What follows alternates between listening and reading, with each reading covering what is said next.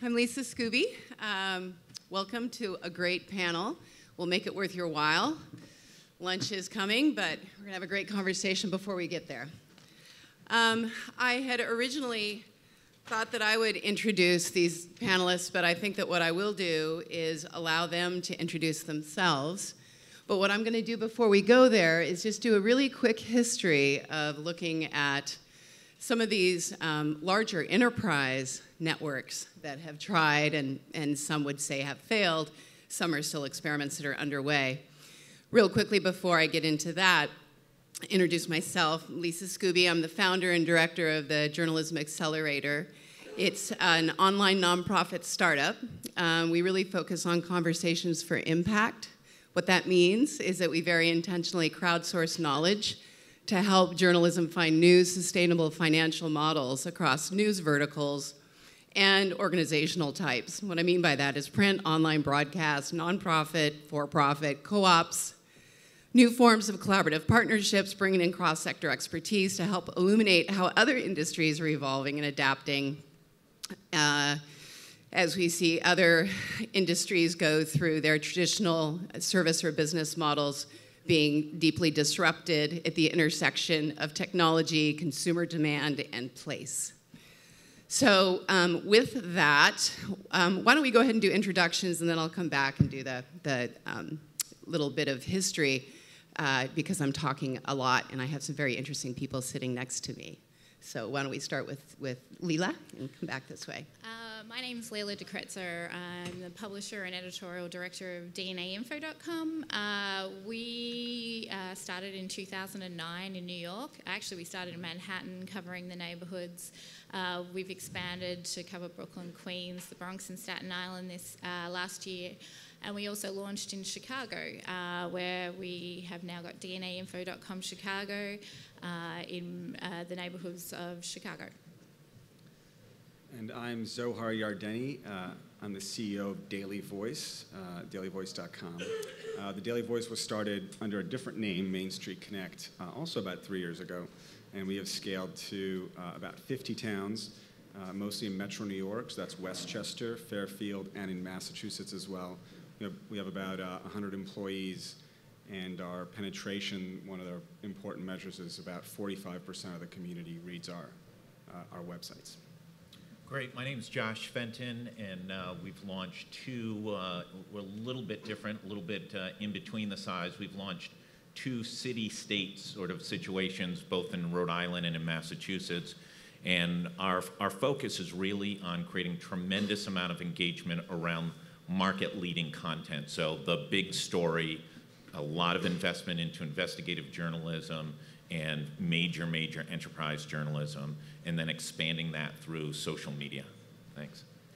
Thanks, you guys. So a quick historical purview into some of these larger enterprise local efforts. Of course, there's Patch, formed in 2007.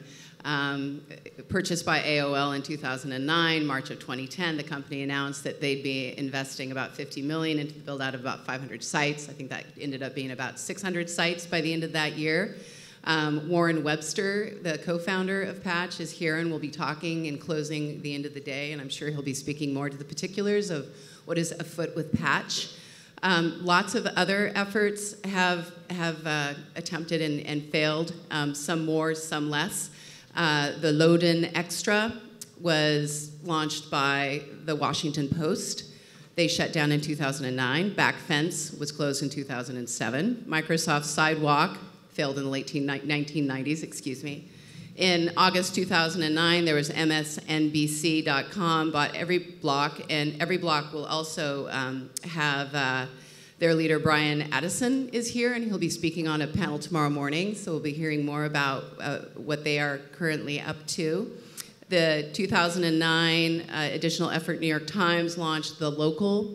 It was a combination of a community journalism effort produced by residents and student journalists with oversight from the Times staff, and then that was just recently closed at the end of last year.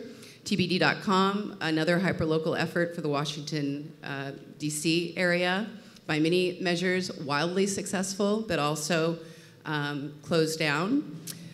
And then, of course, Nextdoor, which is a social network. And last year, they raised $18.6 million. And at that time, they were valued at about $100 million. And then, of course, The Guardian, the UK, has another local network project called Notice. Journatic came into quite a bit of fanfare last year as they were looking at new ways of creating hyperlocal play. But what we're here to talk about today, as we look at this enterprise approach to local and the development of hyperlocal networks, it's been fraught. It's been fraught on 4 key points as analysts look at this. It's small audiences, big expenses, small revenue, big losses. The panelists that are here today are finding great success so far with their networks, more locally grown and expanding. So we're going to get a little deeper into some of the things that they're learning and they're seeing as they are creating success for their markets, within their markets. So we're going to start with kind of a general question. As you guys think about what you're doing, could you give us a quick definition of your product, and would you consider where you are right now as profitable? Why don't we start with Zohar?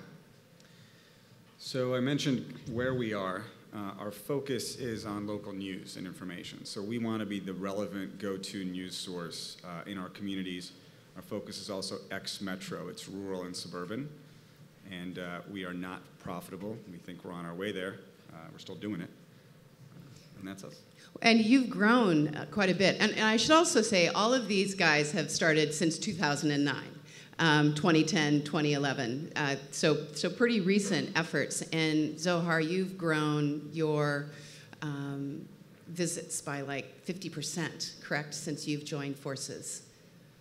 Yes. Like 500,000 page views. Is that correct? Page views are much higher than that. We don't release the number, but much higher than 500,000, thankfully. We look at the penetration number that I threw out before. Is we measure penetration by looking at uniques divided by population, which isn't a perfect number. Uniques are really browsers and populations, every man, woman, and child, but that's the 45% for the average town. So that's an average, so we have some places where we're very relevant, we have some places where we're not as relevant. I think that's an interesting comment. I mean, what we're talking about here is the survival of these companies based on their size. Who's going to work, who's not going to work, what are the keys to success. Penetration is incredibly important. The people in the neighbourhoods or the towns that you're covering actually know who you are. They rely on you for information. That is the only way you are ever going to get advertisers. There's no other way. But the big problem for neighbourhood and community blogs has been that the size of that audience is very, very small. I mean, almost tiny. One of the reasons that we feel like we've been able to be more successful is that we've got the penetration. People know who we are and they can rely on us. They know what we're going to do. But we've also got like large numbers. And at the end of the day, you guys all work in local. You understand the numbers game. You've got to sell inventory. You've got to sell, advertising. There are some other things you can sell, but that's essentially what you're doing.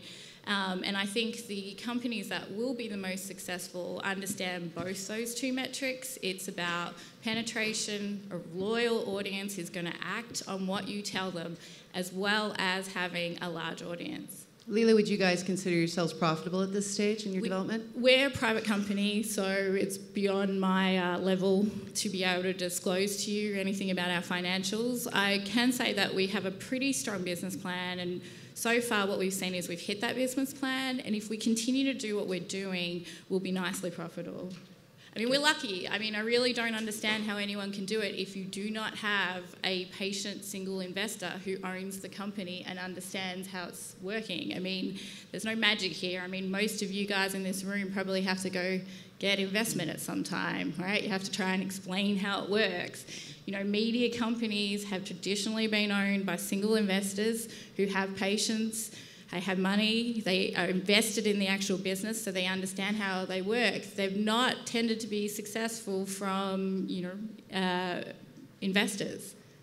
It's a great point. We're going to follow up on that one after we finish this one round. Josh, how would you respond to the question of profitability and product? We launched Providence in May of 2010, got it profitable, raised some more capital, launched Central Massachusetts, which is a very interesting market. It's a non-TV market, 1 million people, no TV stations. That is actually outperformed what we expected to do, so we're on plan to go profitable as an overall platform, and a huge transformation of our business model. We had success early in Providence in that we were able to attract sort of mid-sized advertisers, decent-sized banks and hospitals and things like that, and we're really now transforming to some fairly sophisticated advertising campaigns, sponsored content, mobile-driven, kind of dashboard-driven. We've built everything onto one ad manager structure to be able to turn knobs across on-site, pre-roll on-site, mobile, on mobile pre-roll, and our e-blast that goes out every morning. So across those 5 different, we can really turn up and down ad campaigns for different advertisers in a pretty interesting and unique way. You've got to get an audience. You've got to build a loyal audience. It's no different from television or radio or anything else. And when I came, I got to speak right at our infancy in October of 2011, so just over a year ago. Our increase in page views and uniques page views are up about 500% in Providence, and uniques are up about 100% in Providence. We've gotten better at getting the user to involve themselves in the site with a lot of different aspects, and we think that growth is going to really continue. Thanks very much for that. Following up on what Leela was talking about in terms of the ways that you guys have all brought your products to market, it's been a little bit different for each one of you, and as well that the actual model is a little bit different as well. As you guys have gone to market with the initial investment, how were you guys funded at the outset? With DNAinfo.com, very large investor. We are owned by Joe Ricketts, who founded Ameritrade. He owns the company. It's his company. What we started with was an experiment in Manhattan. Basically, we started with 8 neighborhoods in Manhattan, and then we had to get numbers, and we did. And we kind of had like spreadsheets that showed, in a great situation, how many people could we get in every neighborhood, and what the visitor numbers could be, and how many pages would they click on, and we were like, okay, is this going to happen? And then we were shocked. It did happen. And from the experiment of Manhattan, we expanded to New York, and then we've gone to Chicago. And again, I got to tell you, launches are like having a baby, and I've done both, so it's really hard. And when Chicago launched, I was in the middle of the newsroom going, God, let this be going to be okay, is this going to be all right? And everyone loves to throw around numbers like 11,000% when their numbers are small, because it's an easy math game to play, but Chicago is 11,000% better than what we expected it was going to be, so. And then the Daily Voice really started as a collection of sites, as a news network. And so as you guys started, and noting that you came in 2011 after the launch, but as you guys had launched, how did you guys do that in terms of the equity that brought that to market? I've been here about a year. We have raised $18 million to date, probably a little more traditional maybe than the DNA Info backers. So we have investors who not only want us to be relevant in these towns and get readers and get advertisers to know us, but they want us to sell advertising and make some money. Josh? Larger markets for you guys. We like this mid-sized market, sort of 25 through 100 in traditional DMAs. We think we can produce a lot of content. We have media partnerships. So we provide daily, our reporters go on air with Clear Channel in Providence. We have a partnership with a television, with the NBC affiliate. We have a Entercom radio. We actually host a sports show with our sports editors. our content's been picked up, in the last 6 months. We're just looking at it. The New York Times, AP, ESPN, not Washington Post, NBC Sports, all different articles. And in the past couple weeks, in the last 10 days, we've broken a story on ranking of all the hospitals in New England, which did, 1 million page views, which is a lot in small, mid-sized markets. And yesterday, after about a 3-month investigation, we unveiled a story that the 5 largest banks were in violation of the agreement with the federal government based on foreclosures. And that story is incredibly robust and has been picked up nationally repeatedly. So we do think that sort of older school enterprise journalism that newspapers used to be spectacularly good at and invested in it, really in many markets does not appear and does not exist. And if you go by the truism that sort of 70 to 80% of all fact-based journalism starts with newspapers and they're cutting back by leaps and bounds, we think that there's an opportunity, and the experience we've had now in 2 markets is if you do it, you will bring the smart reader. If you bring the smart reader, the advertiser must follow. I think you're right on the money. I mean, this is about content, having great content that attracts a great audience. And what we found is you can be in the most saturated media market in the world, New York City, and people don't know what the hell is going on in their neighborhood, and they actually really care. I live in the East Village and I have to send my kid to school. That's a big deal for me, and I have to eat every night. And, I want to know what the hell is going on around me. I care. I'm invested. I'm like a dream for an advertiser. I have a child. I'm an up-and-coming mom, blah, blah, blah, blah. It's all there. But you've got to give them good content. What we found is, in large media markets, there had been really great daily papers that were delivering fantastic, relevant content. And over time, they sort of stood still. And some of them got stuck at 1975. Some of them got stuck at 2001.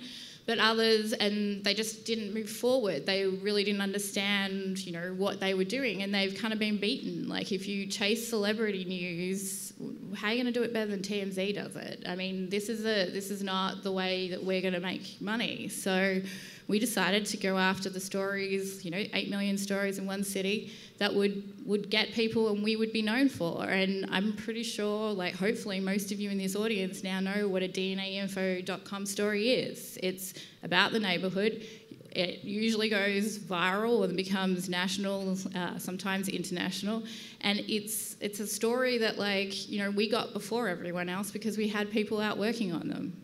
I'm going to bring this back to Josh and drill a little bit more into the investigative side. Largely, we're hearing that investigative news needs to be a nonprofit endeavor, and Josh is doing some very interesting things with Go Local, where they're really looking at this as truly a market opportunity. And Josh, I don't know if you actually answered the question of seed money. How did you guys actually launch this to move this forward when it's very expensive to do investigative? We had some early angel investors. We had co-founder Paul Krasinski and I had the capacity to bootstrap it as well, and we were able, we saw this huge market opportunity. We liked that it was a down economy, and we saw the opportunity, and the thought premise really worked, and they came. We use social media probably as aggressively as any news organization does. Just understand scale. We're in 2 markets that are about 1 million people, and we control about 170,000 Facebook and Twitter accounts to be able to distribute content. And in the last year, we've delivered 100, according to our dashboard, about 110 million impressions on Facebook of our content delivering. So there's a lot of engagement, and you break a big story, it has a big impact. It has a big impact on public policy. There's 3 federal investigations going on in Providence. If you know Providence, that's not news, okay? But all 3 of those federal investigations pivoted off of journalism that we broke. Significant pieces, real live, sort of old school, hard work journalism. And to some degree, and some others have said it this morning, if you don't have a functional press, you really have a struggling time to have a democracy. Corresponding, you can't just do it in a nonprofit mode and talk to the elite 3% of the population. You've got to find a way to distribute it via social media, via mobile, and package it in a way in which people can engage in it. And it can be in video, and it can be in a lot of different ways to be able to do it. It can't just be in 60 column inches on one slab of paper. I think that, you know, part of the problem is investigative journalism gets a bad name. Everyone always says, oh, it's so expensive, it's so expensive. But the reality is investigative journalism is cheaper than it's ever been. Like, we are very lucky people. We get to use databases in ways that, like, you know, they didn't get to do when, you know, when they were making the movie with Robert Redford. Like, we have to, there is a lot of investigative stuff out there. There's a lot of data out there. You can do a lot. You can tell stories in a different way too. It doesn't have to be 60 inches. It can be a great interactive with HTML that's going to, you know, you get to know exactly what you wanted to know out of this piece of journalism. And I think, you know, if you could, a story is a story. If it's interesting, it's going to do well. And like, that's what's going to make money, because that's what's going to get you an audience. So let's shift a little bit to scale, because all of you guys are doing it in different ways. And Zohar, why don't we start with you? You guys are in 3 states, 53 properties now, is that correct? Give or take? Ebbs and flows, yeah. Yeah. I'm not sure. So as you guys are looking at which neighborhoods you're expanding into, as I was thinking about fruit groups to create an analogy, I would look at your operation as being like grapes. Lots of clusters of sites in different areas, probably strategic to your communities or your market. Leela's more of an orange, where they have large neighborhoods and little segments within those oranges. And then you're more of a pineapple. You do the large market approach. But the way that those types of things would scale are very different. So, you know, Zohar, as you guys are looking at the various markets that you're going to expand into, you know, how does that scale for you guys, and what kind of criteria do you look at in the market? So we look, we're looking ex-metro because we're trying to develop an expertise in these suburban and rural towns. So we're trying to kind of figure out one thing before figuring out everything. And when we think about expansion, there is size. So there's a floor and a ceiling. There's a floor below which it's really tough to maintain a destination site. There, believe it or not, there are some towns where nothing happens. And you don't want to tell anyone that when they live in the town, but that's true. And whether that's 5,000 pop or 10,000 population or 15 or 20 or 30, there is that floor. And there's a ceiling. There's a point above which we feel things get too competitive, and maybe we disagree a little bit about how happy we are being in a competitive market. And that's a good segue to probably the most important variable we look at when we think about not necessarily just where to expand, but how much to spend in a market and what kind of revenue uptake we should be expecting, what kind of reader response we should be expecting, is the competitive landscape. When I spend a lot of my time talking to not just folks like this, but traditional print journalism companies, media companies. And some of the smarter folks out there in community news have been saying the same thing for a very, very long time. So if you meet someone out there who's done one of these kind of 80s, 90s roll-ups and has bought a lot of these papers, the competitive landscape is the first thing and almost the only thing they talk about. Who's in there? What are they doing? What are people reading? Where are the businesses spending money? So for us, we're in very different markets. Fairfield, Connecticut is a highly saturated market that's prized and served by a lot of media outfits. Central Massachusetts, less so. And I think our model, while it can succeed in both, we have to go in eyes wide open to really understand what is the competitive landscape and put that overlay on top of both our existing footprint so we know where to allocate our resources.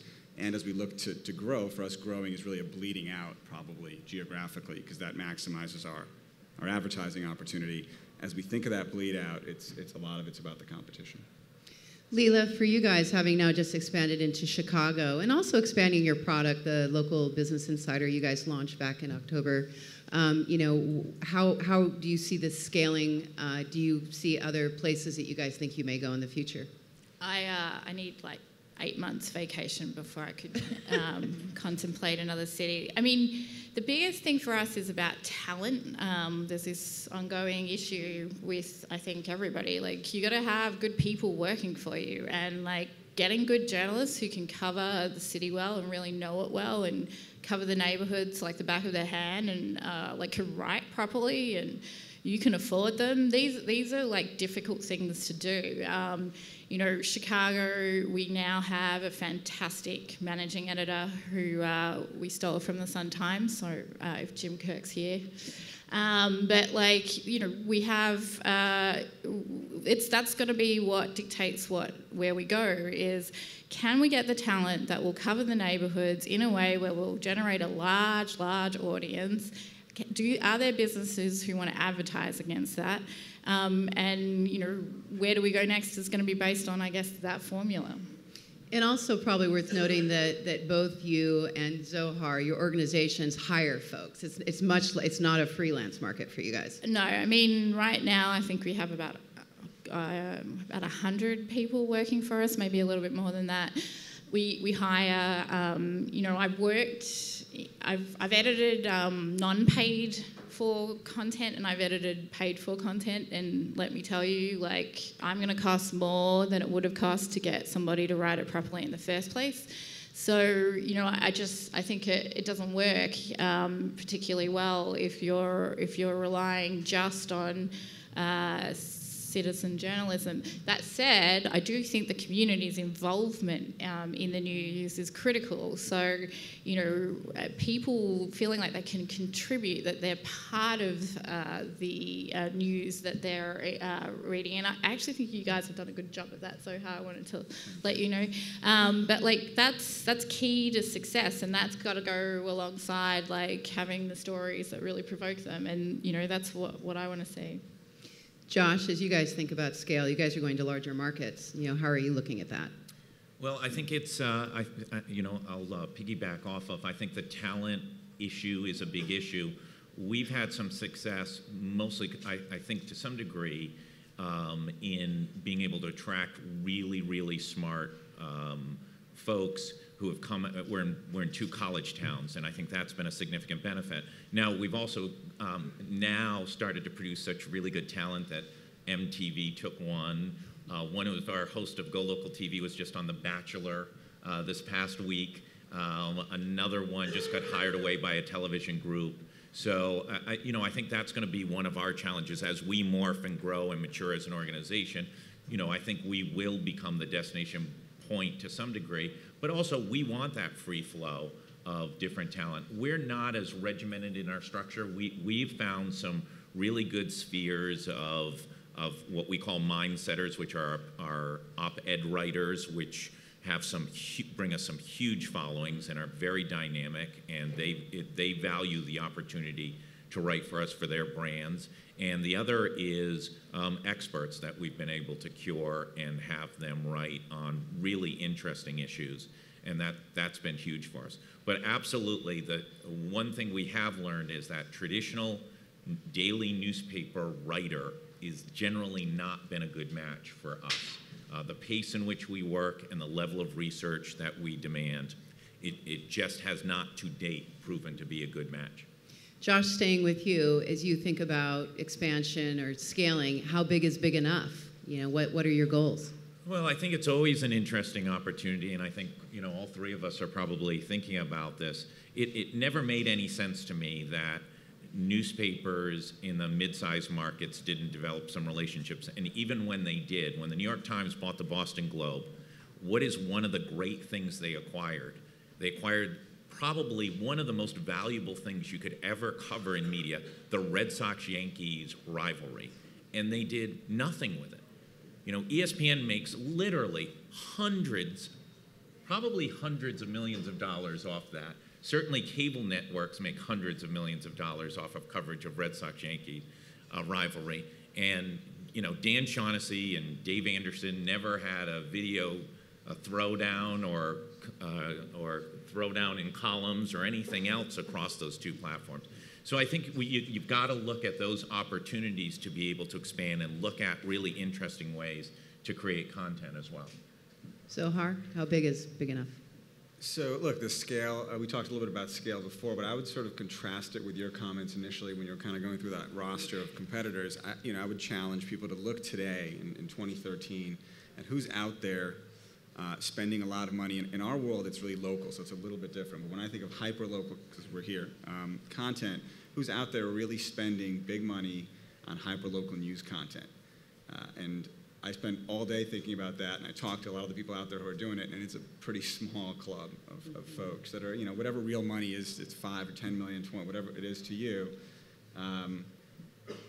Whether that means we're crazy and we're the only ones doing it, or we're onto something, it's if you're going to get it right, and if you're going to brew a better cup of coffee, you might not have to become Starbucks, but I think there's something interesting in scaling it out, doing more of it. And with doing more of it, we feel that does matter. I mean, you do get some efficiencies, and there are some good things that do come with some scale.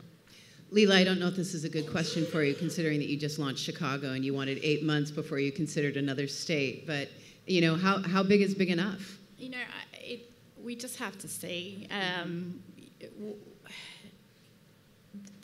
You've got to get the local flavour. As many of you can tell from my accent, I'm not a native New Yorker, so setting up a news site in Manhattan, like, what the hell do I know about the neighbourhoods, people could ask. And that's a problem for people. If you go into different cities and you do not have people who really know how the city works and know what the audience is going to have, like, it's going to be a disaster. I heard an anecdote the other day about how, I won't name the person, but there's like media sites, they have many across the country. Like, one of them he had running for 3 years behind a wall because it was in order to make it good enough for it to be open, it needed 3 years. And I understand why that happens. So it's not something where you just get to throw money at it and it all comes together and it's great. You got to go in and build each one of these if they're going to be successful, and so that's what we've got to look forward to. Speaking of the monetary side, in terms of revenue mix, of course, advertising, it's typically the payload, but how diversified do you guys think that revenue really needs to be beyond advertising? The problem with the whole thing is, what does advertising mean? Yes, we have to go beyond advertising. If you're asking me, we have to go beyond banner advertising, absolutely, because we can all ad. So there's no way you can do the math. We can't go beyond banner advertising. But events, those are great. We had a really successful event. Thanks, David. He helped out with our online marketing conference last year. We had about 300 small businesses turned up. We're doing really well with these monthly feature books we put together of food and drink and college survival guide, and they're bringing in, people and merchants love them. But the only way you're going to know what's going to work is if you listen to those merchants. My sales director, Jenna, is sitting just there, and she spends every day trying to figure out what's going to work for the merchants, and it's an ongoing conversation. I just got flagged. We have 5 minutes. I'm going to see if I can beg for just a couple more, because we would like to have the audience have a chance for just a couple questions, and I know folks are hungry. As we do speak to revenue, you guys, just real quickly, about tactics, that you're seeing as successful, and I think Leela touched on a bit of that as she was speaking. But let's hit this one really quick and see if we can get 1 or 2 questions from the audience, if I may. We've really started to push some sponsored content, some really interesting things which integrate some brands into some relevant but not inappropriate levels of content. We think there's some really interesting opportunities to expand on that. We haven't done events. I think we're looking at doing some significant type of events in which we bring a lot of different voices together in the communities in which we work, and we're kind of working on a big one right now.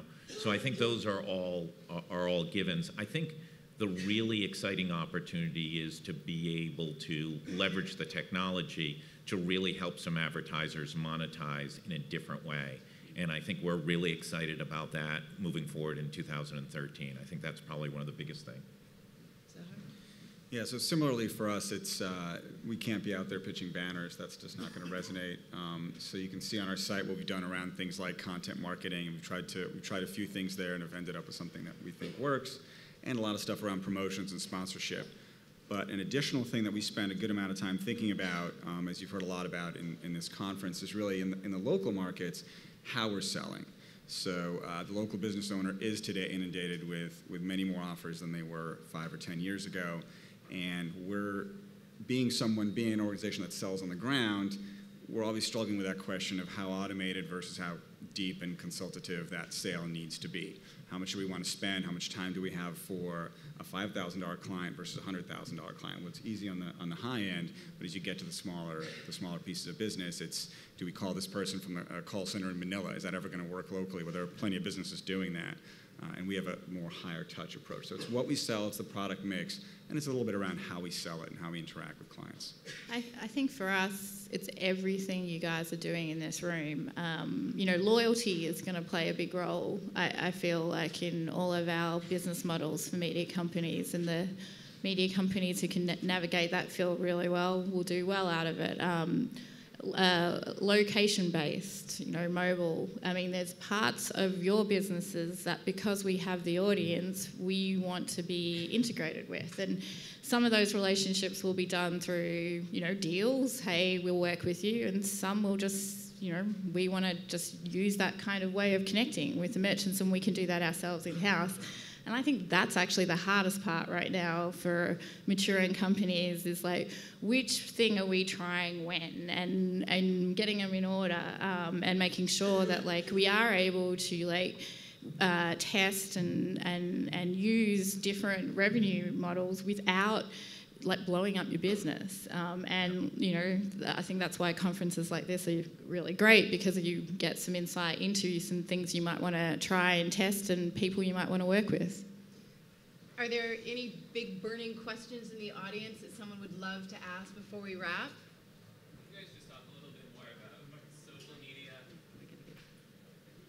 Could you guys just talk a little bit more about social media, how you're using it, what are your purposes, that kind of thing? What platforms are you on? So we see a lot of our traffic, about 20% of our traffic is from Facebook. And there's a little trickle in from, maybe included in that 20% from Twitter, but mostly for us it's a Facebook strategy. And not to be master of the obvious here, but we produce content. And as Leela said, we're trying to produce content that connects with people and then hopefully people find valuable. And a very good measure of that is really how much they're interacting with that content. Not so much liking you and then going away and never coming back. Are you prominent on people's streams? Are they sharing? And there are many ways to do that, but for us, the most successful platform by far is Facebook, and playing nice with Facebook and thinking about how to comment around it and what the right kind of strategies are for the individual reporters. Leela? I mean, we use social media like you use social media is really the answer. I mean, our office is filled with 20-somethings. Our content is something people want to talk about. It's an easy relationship, and I'm actually old, but I still spend most of my time on Facebook and a fair amount of time on Twitter, and that's reversed for many people in our offices. It's second nature to us. We don't ask, we haven't asked recently in an interview, do you use social media? Because we accept it as a given, and it's kind of, if you're not doing that, we can tell pretty quickly that we can by just following you. So, social media is huge. Use it as you yourself would use it. Make sure your company has an identity with social media that you want to have with social media, which is who you are. And that's how we use it. We've got a really great social media editor in New York, Carla Zanoni, who's fantastic, and all of our reporters. And as much of our social interaction comes from the fact that our employees share what they've got, and everyone's moving it around, as it does from the company's social media accounts. Josh, we're out of time, but you want to throw in your 2 cents? Sure, yeah. I'm not even talking about our writers and contributors. We control about 40-something accounts, both on Facebook and Twitter, and they're demographic and psychographic and geographic and a host of things. In Central Mass, it's about 37% of our traffic, and in Providence, it's about 24% of our traffic. It's just key to our brand. I mean, it defines us. I'd agree with everything. Facebook is what drives page views. Twitter has an important branding component to it. And I'll give you an example. You know, I have a 15-year-old son. He's never had a Facebook account, and he'll never have a Facebook account. So that changeover from MySpace to Facebook, from Facebook to Twitter, in that demographic, that group, Facebook is, you know, just a foreign social media aspect. Tumblr is becoming incredibly important to those younger demos. Are you guys around today in case folks do want to find you and ask questions, since we didn't really get much time for that? Yeah. Well, I'd love to thank you all. It's been a fantastic conversation. Thank you so much. Thanks, Lisa.